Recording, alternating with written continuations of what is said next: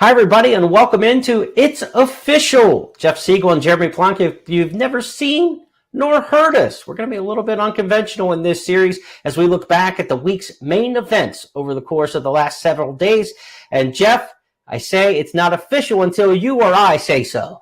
That's right. We're laying down the law here. It doesn't exist unless we say it does. And looking back at last week's prep races for the Kentucky Derby and the Triple Crown races, lots to talk about, lots to evaluate. We have opinions, and we are going to share them with you. Well, we'll have 5 topics for you each week, plus a bonus topic as well. So without further ado, let's get into it. Let's talk about what's on the schedule for this week. And we go right to our first topic. It's the Florida Derby fallout. What happened down at Gulfstream this past weekend? We're going to show you the race now, and Jeff and I are going to give you our take on the other side.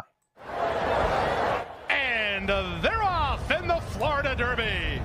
Excellent beginning for Classic Causeway from down toward the inside. Simplification was way in good shape today, and he's up to challenge from second. Papa Cap gets away in third. Wide around the first turn is White Abarrio. The race favorite Charge It drops in mid-flight. He's about 4 lengths behind. Then it's O Captain racing ahead of Clapton and King of Truth. Cajun's Magic is third last. Steel Sunshine is second last. And 11th and last is Strike Hard as they chase the Tampa Bay Derby winner Classic Causeway to the backstretch run. Classic Causeway relaxed up front, he leads a half a length. Simplification will not let him get far second. 3 wide, Papa Cap third. Luis Saez has Charge It fourth at the rail. He's racing together with the gray White Abarrio. A gap of another 2 to Clapton, who's outside of O Captain. Then it's a length and a half to Cajun's Magic. King of Truth and Steel Sunshine race together about 10 lengths off the pace. And still at the back is Strike Hard. The opening quarter was 23-3. The half mile was 47-1. Half a mile to go in the 2022 Curlin Florida Derby. We have a new leader. Simplification has powered past Classic Causeway, who backpedals. Papa Cap looms a threat on the outside. White Abarrio takes third. Up to fourth is Charge It. Dropping back is Classic Causeway. Then Clapton and O Captain as they run to the top of the stretch. Up front, Papa Cap doing battle with Simplification. 3 wide, White Abarrio. Charge It getting ready to launch his bid. He's 3 lengths off the lead, but gaining ground with a quarter of a mile left to go.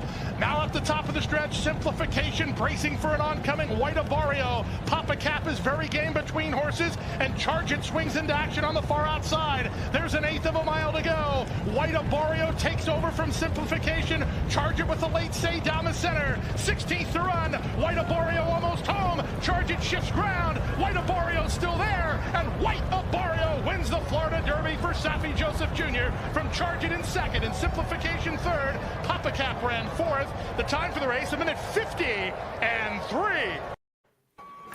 So, Jeff, in the Florida Derby fallout, what's your take on this one? I bet Luis Saez would like to have that last right-hand stick back that he gave Charge It coming down the stretch there. He was coming in. He went right-handed, and he dove in a little bit too much there. Did that get the horse beat? Did that save the day for White Abarrio? What's your takeaway?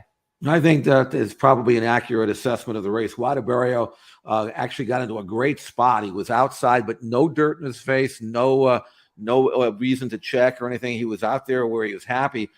Charge It was down on the inside. You'd figure that might be a better place, but not with a horse who's never had dirt in his face. And Charge It made so many mistakes in this race. First of all, he didn't break that well and gave up the position that I thought he was going to enjoy where White Abarrio ended up. And then he was down on the inside, and he was climbing and doing all these kind of stupid things. And then he was lugging in, and Green switched leads back and forth and still only got beat a length and a quarter. But, Jeremy, I'm not sure how strong a race this was. They went the last 3/8 in almost 40 seconds. And while the track may have been a little deep, I don't know what to make of it. I mean, you got to tip your hat to White Abarrio. He's 4 for 4 at Gulfstream. But I'm not sure if we saw the Kentucky Derby winner in this race.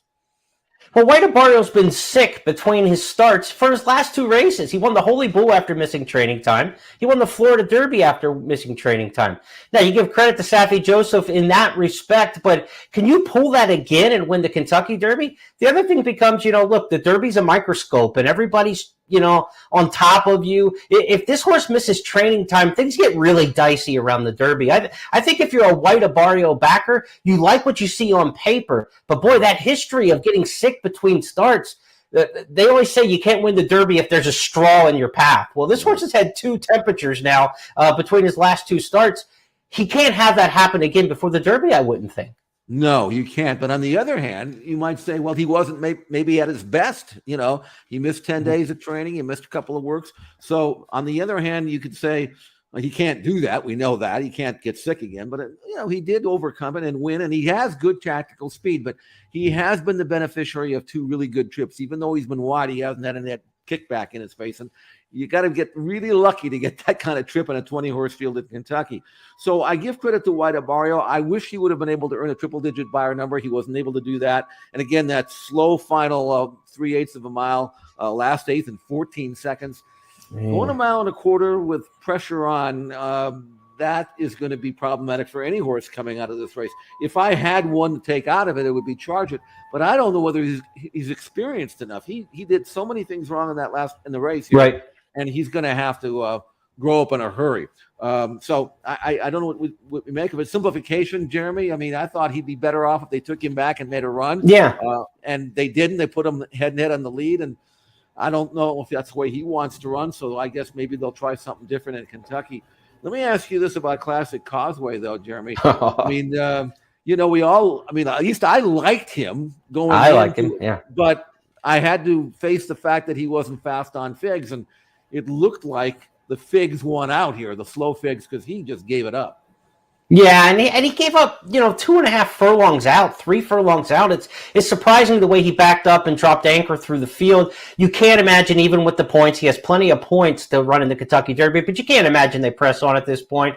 Maybe you cut back to the Pate Mile, but the way he ran in this performance, it seems like a horse maybe that time off is coming for before you throw him right back into the fire. You hope that he didn't bleed or something like that, the way the horse dropped back through the field. So Classic Causeway, you've got to check the workout tab coming forward. How quickly does he get back on the tab if you're going to look at him in shorter races? But as far as the Kentucky Derby or Triple Crown prospect, that bandwagon has emptied. For sure. Let's go. I liked him. And like I said, I would never even consider running him in the Kentucky Derby if I owned him based on this race. Let's go to our second topic this week. It's Cut to the Chase and Cyberknife in the Arkansas Derby. Let's take a look at it. They're off. Good start. Kavaden Chasing Time, a hard-scent doppelganger. Cyberknife is in the mix, and We the People could be 5 wide at the clubhouse turn. Flavian Pratt will not have any of that. He's going to take him back and drop over. Then comes Barber Road, Secret Oath, and Unoho, and the early trailer is Ben Diesel. Around the clubhouse turn, it is Kavad. He's a length and a half in front of Chasing Time and Doppelganger. Doppelganger wanted the lead. He's done no better than third early. 2.5 to Cyberknife. Then comes We the People. Secret Oath is outside of him, and outside of her is Ben Diesel. Then a length to the Rebel winner Unoho, and Barber Road is between horses. Only 6 lengths first to last. Up the backstretch in the 86th Arkansas Derby, Kavad is the leader. He's 5 furlongs from the wire and leads. Here's an early move from Cyberknife. He's going to split horses and be a joint second inside of Chasing Time. Doppelganger is 4 deep, and he's 2 from the front. Secret Oath is last, leaving the backstretch. Then comes Unoho. They round the far turn, and Kavad has the lead, but Cyberknife is right alongside. Now Secret Oath is unwinding. She's just gone from last up into third, and look at this move from Secret Oath. She's within 2 of the lead. There's a 1/4 mile to run in the Arkansas Derby. Cyberknife has put away Kavad, but he has to deal with Secret Oath in the center. Then comes Barber Road, a final furlong. Cyberknife, here comes Secret Oath on the outside. She's still 2 lengths behind. Cyberknife, Secret Oath is not going to get by the Arkansas Derby winner, and his name is Cyberknife. In front. Cyberknife won. Barber Road got into second. Secret Oath was third. Maybe. So it's Cut to the Chase with Cyberknife, the winner of the Arkansas Derby. And Jeff, that was a very bold backstretch move. The kind of get you beat most of the time. When you make a move like that, 4 furlongs, 5 furlongs from the wire, it's hard to sustain. But since they came home in 26 for the fourth quarter and 13-1 for the final 1/8 of a mile, did we get an illusion with Cyberknife that he was able to sustain that run because nobody came from the back?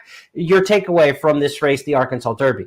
Well, they did run the last 3/8 in a very slow 39-1, so nobody was running, and that includes Secret Oath, who kind of hit a wall inside the 16th pole, trying to make an extended run. I'm going to give her an excuse for that race, but not enough to expect that maybe she shouldn't be in the Kentucky Oaks rather than the Derby, because that's where she belongs. Barbara Road kind of picked up the pieces, but it also verifies what we've been talking about in the last several weeks with regards to the 3-year-olds in Arkansas. They're just not really top class. And Cyberknife, who came into this race off a confidence-building win, but he had never really done anything to indicate to me anyway that he was a top-class 3-year-old. Numbers-wise, he earned a 92 Beyer number in this, which was good enough to win, but it's usually not. So I'm not looking for any serious Kentucky Derby challenge from any of these horses.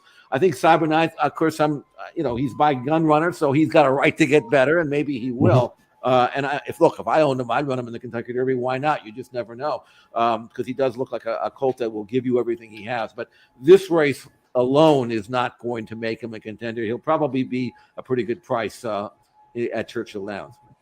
Well, I like stats. No horse who's gone from the Arkansas Derby and won the Kentucky Derby who won in Hot Springs and won 50 or more. I mean, the horses who have won the Arkansas Derby have put up big times, 148, 149, but no horse that went over 150 has won the Kentucky Derby coming out of the Arkansas Derby. And, Cyberknife, it was an interesting quarterbacking, if you will, or coaching by Brad Cox, because he had Zozos win the allowance race at Oaklawn, decided to send him to Fairgrounds. He had Cyberknife win the Fairgrounds allowance race and decided to send him to Arkansas. You wonder if timing had a little bit to do with it. One horse is able to come back a little quicker than the other, or maybe needs a little more time between starts. Curiosity that the horses who prepped and got that springboard allowance win switched locales, but it worked out for Cox because he got both of them into the Kentucky Derby. And as we'll see a little bit later, he's going to end up with a third horse in the Kentucky Derby after this weekend. So Brad Cox's barn looked like it didn't have much this year coming into February.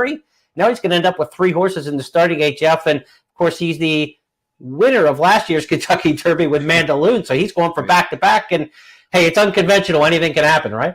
Well, sure. And like I say, Cyberknife, bred like he is, he's a good-looking colt. He's progressing nicely. I don't think he'll run badly in Kentucky, but there are still a few others that have a considerable edge in terms of raw natural talent that he'll be facing. But hey, you never know. I've seen worse win the Derby, and you got to go if you win this race, the Arkansas Derby. Again, I don't see a whole lot behind him here, but things can change. All right, let's not leave this Arkansas Derby go without a comment about the ride on Secret Oath. You called it hogwash, which is old school. Luis Contreras, not on the Christmas card list, I'm assuming, Mr. Siegel? I liked her going into the race, and I was afraid that maybe she wouldn't get the top-class ride that maybe some of the others would get. This is a jockey who's an 8% rider at the meeting, and he'd ridden her, and there's no reason to take him off of her. But now there's plenty of reason, because I didn't like it the way he was. I mean, she's a deep closer. The pace, you had to look at the form and figure it's going to be fast. You wanted her to sit back. I'm not saying she had to pull a Zenyatta and come from 25 lengths back, but what I would have expected him to do was to grab her early, let her settle, not participate down the backstretch where the others were going to be flying, and just kind of make the last run from the quarter pole home and pick up the pieces. But he was too close. He was between horses. He got shuffled back the last. And then from the 3/8 pole, he had to move, I guess, way too soon, way wide, right into the teeth of a part of the race where the leaders were still fresh. It was an impossible situation for Secret Oath, and it totally understanding why she kind of flattened out in the final stages. So if you're D. Wayne Lucas, what do you do moving forward to the Kentucky Oaks? Contreras, an accomplished rider in Canada. He's won some of the biggest races at Woodbine, all the big ones really up there. But as far as an American Classics rider, and you talked about the percentage at the Oaklawn meet, you've got to go to your bag of tricks, I think, and come up with somebody else. You mentioned the name Zenyatta and a closing filly. I think Mike Smith could be available for the Kentucky Oaks. Would be a pretty nice fit for this filly, I would have to think. Yeah, there are a few Hall of Famers out there that he probably could entice to ride a filly like this. The Kentucky Oaks is going to be a great race, and Secret Oath, I do believe, would have the ability to win a race like that, but you have to know what works. Now, I think that he's going to, everybody's ridden for Wayne. He can pretty much get anybody he wants, and it'll be interesting to see who gets the call. But the one thing I am fairly confident is it will not be Luis Contreras. All right, now I went back into the Wayback Machine and I looked up Lucas's 4 winners of the Kentucky Oaks. You want to hear these jockeys? Angel Cordero again, Bill Shoemaker, Chris McCarron. Pretty good riders that have ridden the Lucas Kentucky Oaks winners. On that Mount Rushmore, Luis Contreras is only a tourist with a ticket. He cannot be on that Mount Rushmore with those Lucas riders, so he's got to go to a Hall of Famer here, doesn't he? You would have to think, if you're a jockey's agent trying to get on this mountain, I'm sure he's gotten about 20 calls since that race last weekend. You need not apply unless you've got a Hall of Famer, because Wayne will find one. And this guy deserves one, by the way. Let's go to our next topic here. It's perfect and getting faster. Who are we talking about? Kathleen O from the Gulfstream Park Oaks. She's number 7 in this video. Let's go back and take a look. In the gate. Racing in the Gulfstream Park Oaks. Good start for Amani's Image, who heads off for the early lead. Cancel This, speeding through at the rail. Long shot Blustery gets started 4 wide, with Running Legacy 3 wide. The 2 big favorites are the last 2 to begin, with second last running Goddess of Fire, a length better than Kathleen O. She does her best running later, and she's last of the lot as they chase the speed of Cancel This.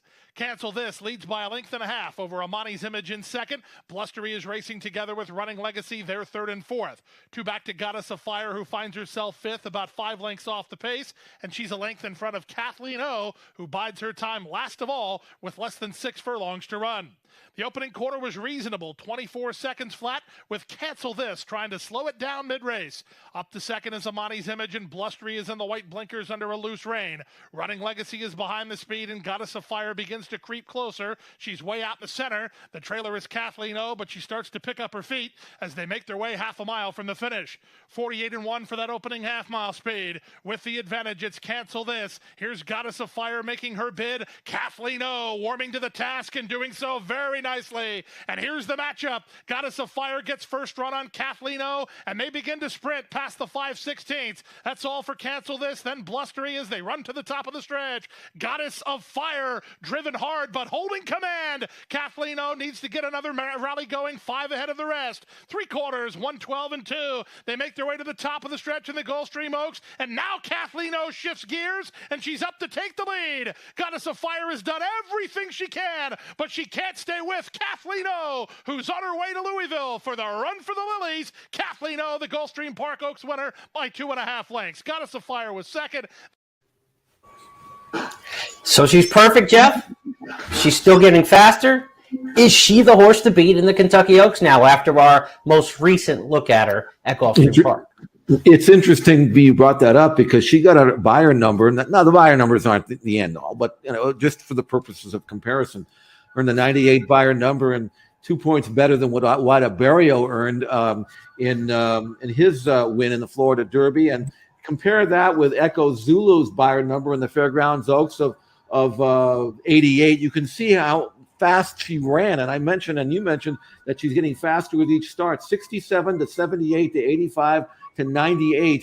And to me, she is progressing with every start. She proved to me, I didn't have that much doubt, but she proved to me that she could get 2 turns. All of her previous races were coming from behind on a 1-turn situation. Looks to me like a mile and a half, well within her range. So you got Kathleen O, you got Echo Zulu, you got Adair Manor, you got Nest. I mean, you got an incredible group of 3-year-old fillies. There's 4 of them I just mentioned right there headed to Kentucky. That's going to be a great race. But right now, I don't think Kathleen O has to take a backseat to anybody. No, and you look at the trainers there. We already saw Lucas's filly. You mentioned Nest for Todd Pletcher, who's going to go at Keeneland this weekend in the Ashland. Adair Manor on the West Coast, the former Baffert trainee. Just Echo Zulu for Steve Asmussen, and then Shug there with his filly. I mean, you've got a tremendous group and an accomplished group of trainers. It's going to be hard to break into that trifecta with that big bopper group at the top of this year's Kentucky Oaks. I don't think there's a standout favorite amongst the group, which makes it for a great betting race. And when you look Oaks Derby doubles and those 2-day wagers and things like that, when you just don't have that easy punch ticket in the Oaks, that can really blow up those kind of tickets. So it makes it more exciting for people looking ahead to play the Kentucky Oaks and the multi-day wagers coming up at Churchill Downs in a few weeks. Well, I'm going to be watching Adair Manor when she runs this weekend at Santa Anita in the Santa Anita Oaks for a new trainer and we'll discuss about that possibility and how that impacts things out here. But right now, this is a stellar group, and I was very, very impressed with Kathleen O. She won the race by almost 3 lengths, 17 lengths back to the third horse, and again, faster than the Florida Derby and with a better buyer number. So Kathleen O to me is the real deal. The one caveat is every time there's a big race day, there's a horse on the undercard who catches everybody's attention. Kathleen O was the horse in a subpar or just kind of pedestrian type Florida Derby day where she was the star and she stood out. And we've seen this so many times with maidens, allowance horses, undercard stakes winners. When somebody wins in a high profile day, everybody sees it, everybody jumps on it. So will Kathleen O's performance be overinflated because everybody saw it on a big race day undercard? That's what we'll have to find out when they get to Kentucky for the Oaks. Our final of 5 main topics this week before we get to our bonus. We're talking about horse 4 Kenny McPeek named Tiz the Bomb. Should he dance in the Kentucky Derby as announced on the Steve Bick Show on Monday by Kenny McPeek? Or should they keep that European plan going for this potential turf star? Let's go back and look at the Jeff Ruby on Saturday, his victory that puts him in the Kentucky Derby. And they are racing in the 51st running of the Jeff Ruby Stakes.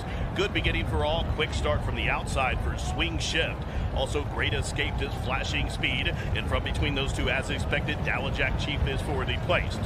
Tawny Port came in racing in the 4th position. Cabo Spirit is 5th early. Tiz the Bomb hovers to the outside of that one in 6th as they take on the first turn. Stolen base from between horses towards his inside is Royal Spirit. A link from the back to Red Run, who's about 2 or 3 in front of Constitutional Lawyer, and Rich Strike is last of them all. They work around the turn with 6 furlongs to go. The first quarter of the Ruby was 23-1. The leader, Dowajack Chief, just from Swing Shift. Down on the inside, Great Escape is 3rd as they continue to run up the backside. Deep on the course, there goes Tiz the Bomb to engage from the extreme outside. It is Tawny Port. In between horses, sandwiched is Opti-Go-Go. Down along the inside, Royal Spirit is next. A half mile, 47 seconds flat. The leader still Dowajack Chief and James Graham show the way, a length and a half to Swing Shift. From between horses, Cabo Spirit to the inside. There goes Tiz the Bomb, who blast up to the outside of Tawny Port. Those two moving together as the half mile, 47 seconds flat, just outside. A quarter to go here in the Ruby, 3/4, 11-1, and they stack up 3 deep, and Tawny Port comes calling for the lead. Dowajack Chief is being implored for some speed. Tiz the Bomb to the outside in 3rd, and Stolen Base has kicked it into gear. He's going to kick wide for the drive, top of the home stretch of the Jeff Ruby, and Tiz the Bomb forging to the front. Tawny Port under a full-out drive to the inside in 2nd. Up the inside, still fighting on Dowajack Chief, late on the scene, down the center comes Opti-Go-Go, 1/16 to go. Tiz the Bomb is still there. Tiz the Bomb indeed. Winch wrapped up the end by almost 2.5. Tawny Port was 2nd. The running time for Tiz the Bomb, 1:48.3. And Tiz the Bomb, a perfect 2 for 2 on the synthetic.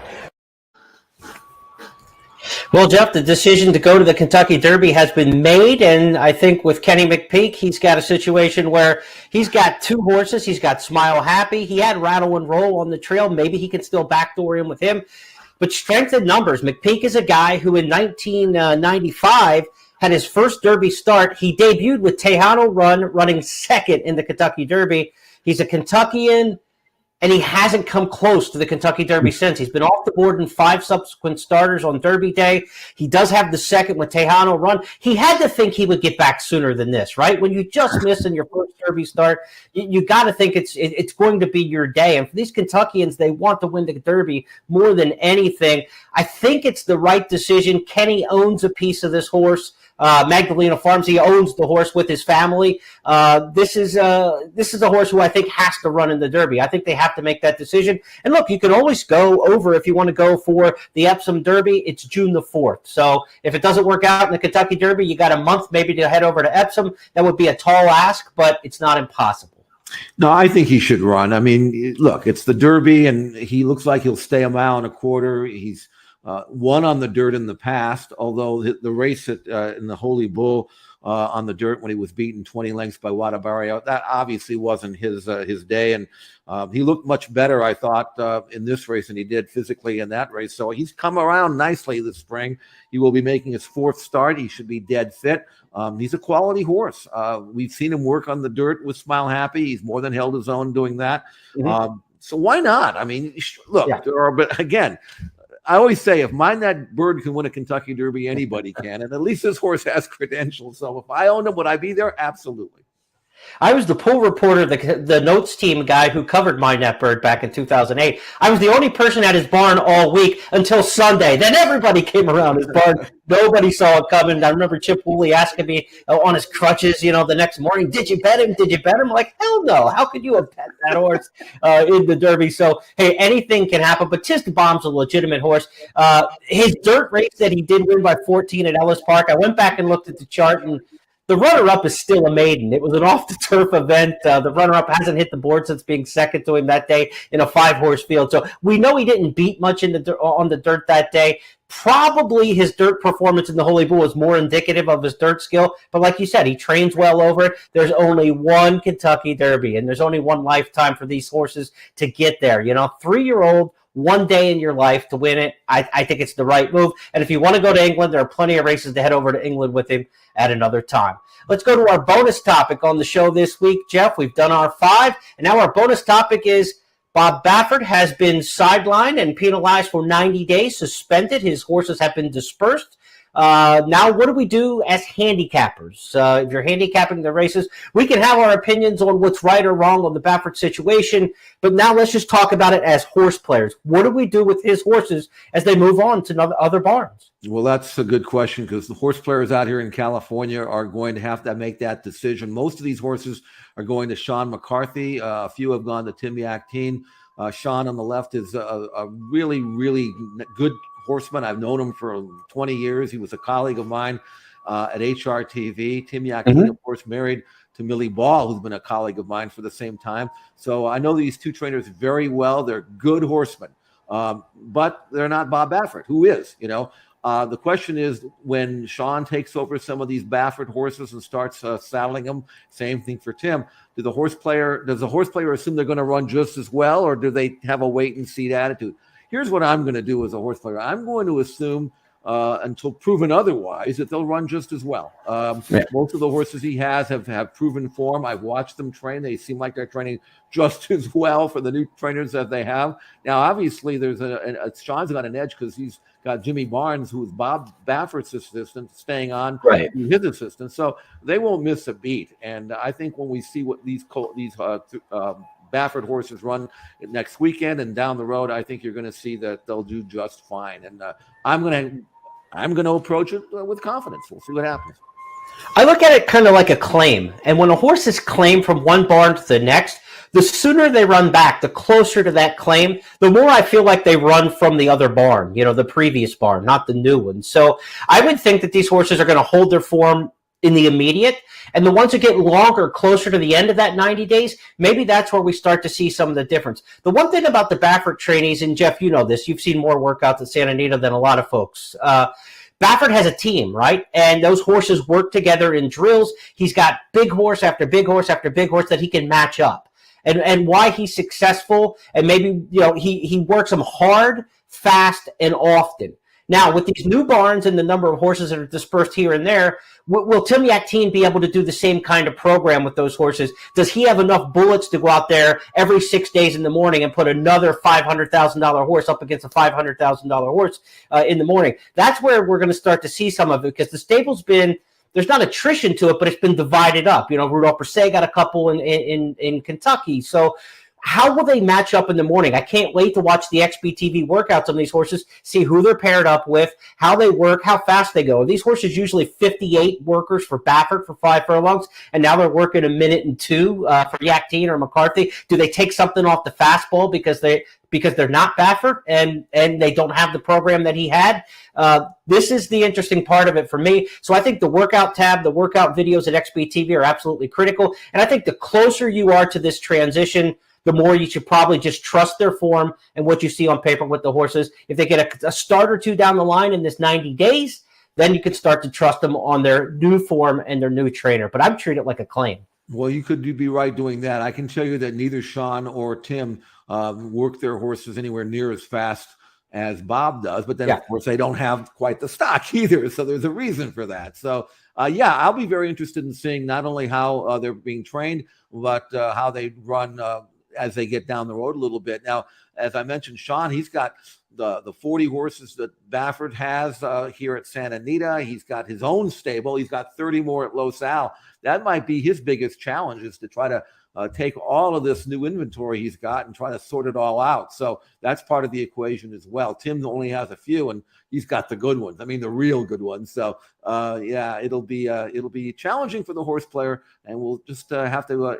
You have to take a wait and see attitude, see how they run, and then adjust accordingly. Well, half of HRTV is involved in the training now, so I don't know. Maybe you and Aaron Cruzio will get the stable together and pick up a few. Well, I've got one left. I've got one horse stabled with John Sadler, so I could use a few more. But I like looking on the outside, looking in sometimes, and we'll see if my stable will multiply by 100%. Maybe the next couple of weeks or so. You never know. Your fillies, Hail Columbia, we'll watch her and watch all of these horses as they progress towards the Kentucky Derby, and the Baffert horses as they progress towards the new barns. Let's wrap up quickly what we talked about on this first edition of It's Official. The Florida Derby fallout, White Barrio, the winner there. Cyberknife, we cut to the chase at the Arkansas Derby. Secret Oath, we did not like the ride, and we're looking for a new member of Mount Rushmore coming to the Kentucky Oaks. Kathleen O, she's perfect and she keeps getting faster. Can she rise up for this year's Kentucky Oaks? And Kenny McPeak, we think, made the right move, dancing in the Kentucky Derby versus heading to Europe with Tiz the Law. That's going to wrap up our maiden broadcast of It's Official. We said it was official, so now you can book it. We'll talk to you again next week, every Tuesday here with It's Official.